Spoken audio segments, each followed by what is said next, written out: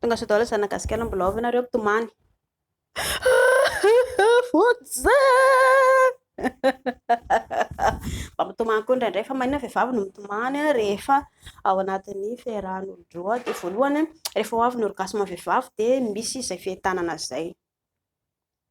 Antony dia satria indrilo ka izay le mangoritsina be daholo ny vatantsika rehetrarehetra rehefa ho avy ny orgasme na ho an'ny lehilahy na ho an'ny vehivavy.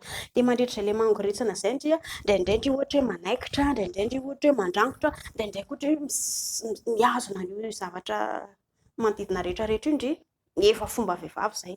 Ambon'izay koa ny tarehy ohatra ny lasa ratsy be, vilana, miakatra ny maso, tsy mba ninona izany io fa mba natoraly ihany koa izay.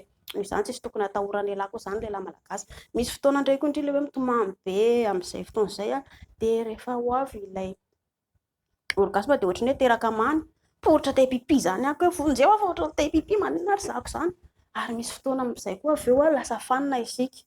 Efa natoraly izany, tsy misy tokony atahorana na mampalahelo na mampatezitra hoe izay ilay andalovana.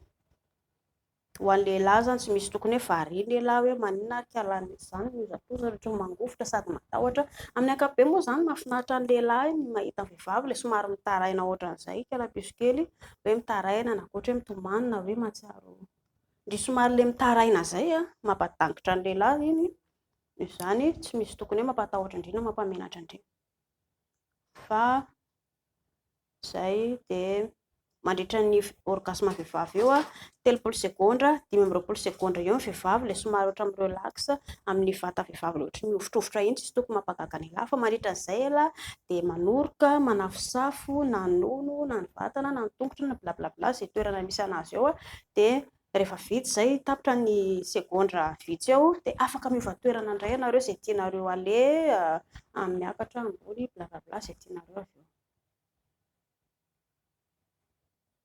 Dia izay.